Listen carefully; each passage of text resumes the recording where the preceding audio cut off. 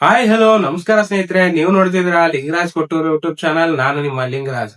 ಸ್ನೇಹಿತರೆ, ಈ ಒಂದು ಸಿನಿಮಾ ರಿಲೀಸ್ ಆದ್ಮೇಲೆ ಇಷ್ಟ್ರ ಮಟ್ಟಿಗೆ ಒಂದು ಓಪನಿಂಗ್, ಇಷ್ಟ್ರ ಮಟ್ಟಿಗೆ ಒಂದು ಭರ್ಜರಿ ಸಕ್ಸಸ್ ನ ಕಾಣ್ತು ಅಂತಂದ್ರೆ ಈ ಸಿನಿಮಾಗೆ ಅಷ್ಟೊಂದು ರೆಸ್ಪಾನ್ಸ್ ಇದೆಯಾ. ಆ ಸಿನಿಮಾ ಹೇಗಿತ್ತು ಅನ್ನೋದ್ರ ಬಗ್ಗೆ ನಾನು ಆಲ್ರೆಡಿ ಒಂದು ವಿಡಿಯೋ ನಾನು ಮಾಡಿದೀನಿ. ಅದನ್ನ ನೀವು ನೋಡ್ಕೊಂಬಂದಿದ್ದೆ ಇನ್ನು ನೋಡಿಲ್ಲ ಅಂತಂದ್ರೆ ಈ ವಿಡಿಯೋದ ಡಿಸ್ಕ್ರಿಪ್ಷನ್ ಅಲ್ಲಿ ಹಾಕಿರ್ತೀನಿ, ಹೋಗಿ ಆ ವಿಡಿಯೋನ ನೋಡ್ಕೊಂಬಿಡಿ. ಮತ್ತೆ ಈ ಸಿನಿಮಾ ಆಲ್ರೆಡಿ ರಿಲೀಸ್ ಆಗಿ 3 ದಿವಸ ಆಯ್ತು. ಈ ಸಿನಿಮಾದಲ್ಲಿ ಒಂದು ಬಜೆಟ್ ಆಗಿರ್ಬೋದು, ಕಲೆಕ್ಷನ್ಸ್ ಆಗಿರ್ಬೋದು, ಅದ್ರ ಬಗ್ಗೆ ಯಾರು ಮಾತಾಡಿಲ್ಲ. ಅದಕ್ಕೆ ಇವತ್ತಿನ ವಿಡಿಯೋದಲ್ಲಿ ಅದ್ರ ಬಗ್ಗೆ ತಿಳಿಸ್ಕೊಡ್ತೀನಿ. ಎಷ್ಟೆಲ್ಲ ಕಲೆಕ್ಷನ್ ಮಾಡ್ತು ಧ್ರುವಣ್ಣನ ಮತ್ತು ಕಿಚ್ಚ ಬಾಸ್, ಕಿಚ್ಚ ಬಾಸ್ ಅವರ ಒಂದು ಕಾಲ ಭೈರವನ ಕಲೆಕ್ಷನ್ ಎಷ್ಟಾಯ್ತು ಈ ಸಿನಿಮಾದ್ದು ಕೆಡಿ ಸಿನಿಮಾ ಕಡೆಯಿಂದ ಅಂತ ಹೇಳ್ಬಿಟ್ಟು ಒಂದಿಷ್ಟು ಮಾಹಿತಿನ ನಾನು ನಿಮ್ಮ ಜೊತೆಗೆ ಹಂಚ್ಕೋಬೇಕಂತ ಬಂದಿದ್ದೀನಿ. ಏನ್ ಕತೆ, ಏನ್ ವಿಚಾರ ಎಲ್ಲದನ್ನು ಹೇಳ್ತೀನಿ ಇವತ್ತಿನ ವಿಡಿಯೋದಲ್ಲಿ. ಅದಕ್ಕಿಂತ ಮುಂಚೆ ವಿಡಿಯೋನ ಯಾರೆಲ್ಲ ನೋಡ್ತಾ ಇದ್ರೆ ದಯವಿಟ್ಟು ಲೈಕ್ ಮಾಡ್ಕೊಳ್ಳಿ, ವಿಡಿಯೋನ ಶೇರ್ ಮಾಡ್ಕೊಳ್ಳಿ. ಹಾಗೆ ಹೊಸಬ್ರು ಯಾರು ನನ್ನ ಚಾನಲ್ ನೋಡ್ತಾ ಇದ್ರೆ ದಯವಿಟ್ಟು ಸಬ್ಸ್ಕ್ರೈಬ್ ಮಾಡ್ಕೊಳ್ಳಿ ಅಂತ ಹೇಳ್ತಾ ಇವತ್ತಿನ ವಿಡಿಯೋನ ಶುರು ಮಾಡ್ತಾ ಇದೀನಿ, ಬನ್ನಿ. ಗೈಸ್, ಈ ಸಿನಿಮಾ ಏಪ್ರಿಲ್ 30ನೇ ತಾರೀಕು ಸಿನಿಮಾ ರಿಲೀಸ್ ಕಾಣ್ತದೆ. ರಾಜ್ಯಾದ್ಯಂತ ಈ ಸಿನಿಮಾ ಯಶಸ್ವಿ ಪ್ರದರ್ಶನ ಕಾಣುತ್ತೆ. ಅದು ಹೌಸ್ಫುಲ್ ಪ್ರದರ್ಶನ. ಎಲ್ಲಾ ಕಡೆ ಕೂಡ ಪ್ರತಿ ಒಂದು ಶೋನು ಕೂಡ ಹೌಸ್ಫುಲ್. ನಮ್ಮ ದಾವಣಗೆರೆಯಲ್ಲಿ 2 ಚಿತ್ರಮಂದಿರದಲ್ಲಿ ಒಂದು ಮೂವಿ ಟೈಮ್ ಅಂದ್ರೆ ಮಾಲ್ ನಲ್ಲಿ ಕೊಟ್ಟಿದ್ರು, ಇನ್ನೊಂದು ಬಂದು ಗೀತಾಂಜಲಿ ಚಿತ್ರಮಂದಿರದಲ್ಲಿ ಕೊಟ್ಟಿದ್ದು. 2 ಕಡೆನೂ ಕೂಡ ಹೌಸ್ಫುಲ್ ಕಲೆಕ್ಷನ್. ಈ ಸಿನಿಮಾ ನೋಡ್ಬಿಟ್ಟೆ, ನಾನು ಹೋಗಿ ಸಿನಿಮಾ ನೋಡ್ಕೊಂಬಂದೆ. Next level cinema. ಇನ್ನು ಯಾರ್ಯಾರು ಈ ಸಿನಿಮಾ ನೋಡಿಲ್ವಾ ದಯವಿಟ್ಟು ಹೋಗಿ ಸಿನಿಮಾನ ನೋಡ್ಕೊಂಬನ್ನಿ. ನಿಮಗೆ ನಿಜವಾಗ್ಲೂ ಹೈ ಬಜೆಟ್ ಅನ್ನೋಕ್ಕಿಂತ ಹೆಚ್ಚಾಗಿ ಪ್ರೇಮ್ ನಿರ್ದೇಶನ ಮಾಡಿದ್ದಾರೆ. ಮತ್ತು ಧ್ರುವಣ್ಣನ ಸಿನಿಮಾ ಈಗ ಯಾವ ಬೇಡ, ಜನಸಾಮಾನ್ಯರ ಸಿನಿಮಾ ಅನ್ಕೊಂಡು ಹೋಗಿ ನೀವು. ಈ ಸಿನಿಮಾದಲ್ಲಿ ನಾನು ರಿವ್ಯೂ ಕೊಡ್ಬೇಕಾದ್ರೆ ಈ ಒಂದು ಮಾತನ್ನ ಮಿಸ್ ಮಾಡಿದ್ದೆ. ಅದಕ್ಕೆ ಇವತ್ತಿನ ವಿಡಿಯೋದಲ್ಲಿ ಅದ್ರ ಬಗ್ಗೆ ಹೇಳ್ತೀನಿ. ಏನಪ್ಪಾ ಅಂತಂದ್ರೆ, ಪ್ರತಿ ದಿನ ನಾವು ಬಡವ್ರ ಮಕ್ಕಳು ಏನೋ ಒಂದು ಸ್ಟ್ರಗಲ್ ನ ಮಾಡ್ತೀವಿ.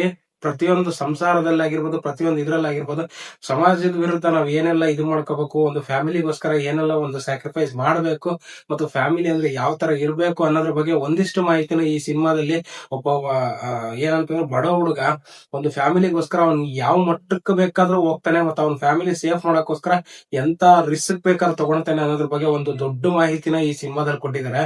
ಅದರಲ್ಲಿ ನಡೆಯುವಂತ ಘರ್ಷಣೆಗಳ ಬಗ್ಗೆ ತುಂಬಾ ಚೆನ್ನಾಗಿ ಈ ಸಿನಿಮಾದಲ್ಲಿ ತೋರಿಸಿದ್ದಾರೆ. ಹಾಗಾಗಿ ಈ ಸಿನಿಮಾನ ಇನ್ನು ಯಾರ್ಯಾರು ನೋಡಿಲ್ವೋ ದಯವಿಟ್ಟು ಹೋಗಿ ಥಿಯೇಟರ್ ಸಿನಿಮಾ ನೋಡ್ಕೊಂಡ್ ಬನ್ನಿ. ಧ್ರುವಣ್ಣ ಅನ್ಕೊಂಡು ಹೋಗ್ಬೇಡ್ರಿ ಅಥವಾ ಪ್ರೇಮ್ ಅಂತ ಹೋಗ್ಬೇಡಿ, ನಿಮ್ಮ ಸಿನಿಮಾ ಅನ್ಕೊಂಡು ಹೋಗಿ. ಆಗ ನೋಡಿ ಮಾತ್ರ ನಿಮಗೆ ಗೊತ್ತಾಗದ ಈ ಸಿನಿಮಾ ನೆಕ್ಸ್ಟ್ ಲೆವೆಲ್ ಇದೆ ಅಂತ ಹೇಳ್ಬಿಟ್ಟು. ಪಕ್ಕ ಯಾರ ಸಿನಿಮಾ ನೋಡ್ಕೊಂಡ್ ಬಂದ್ರಿ, ನಿಮಗೆ ಏನ್ ಅನ್ಸ್ತು ಅಂತ ಹೇಳ್ಬಿಟ್ಟು ಇವತ್ತು ವಿಡಿಯೋದಲ್ಲಿ ಕಮೆಂಟ್ ಸೆಕ್ಷನ್ ಅಲ್ಲಿ ತಿಳಿಸಿ.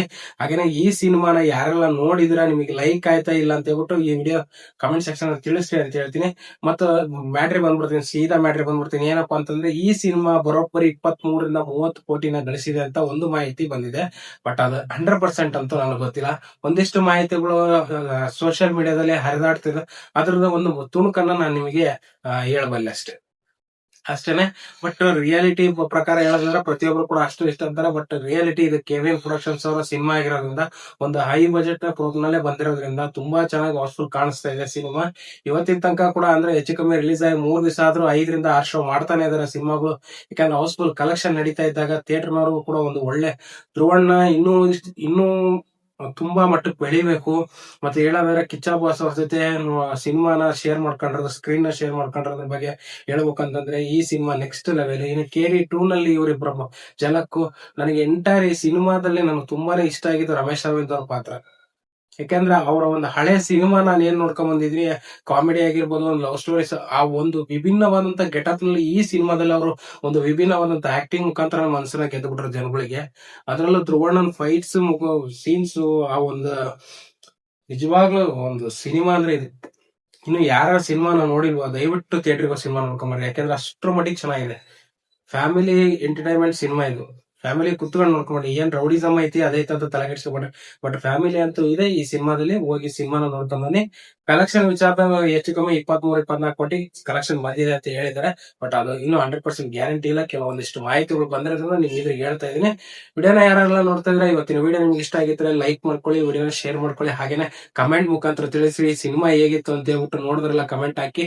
ಸಿನಿಮಾ ಯಾರನ್ನ ನೋಡಿ ಹೋಗ್ಬಿಟ್ಟು ಥಿಯೇಟರ್ ಸಿನಿಮಾ ನೋಡ್ಕೊಂಡ್ ಬನ್ನಿ. ತುಂಬಾ ಚೆನ್ನಾಗಿದೆ ಸಿನಿಮಾ ಅಂತ ಹೇಳ್ತಾ ಇವತ್ತಿನ ವಿಡಿಯೋನ ಮುಗಿಸ್ತಾ ಇದೀನಿ. ನಮಸ್ಕಾರ.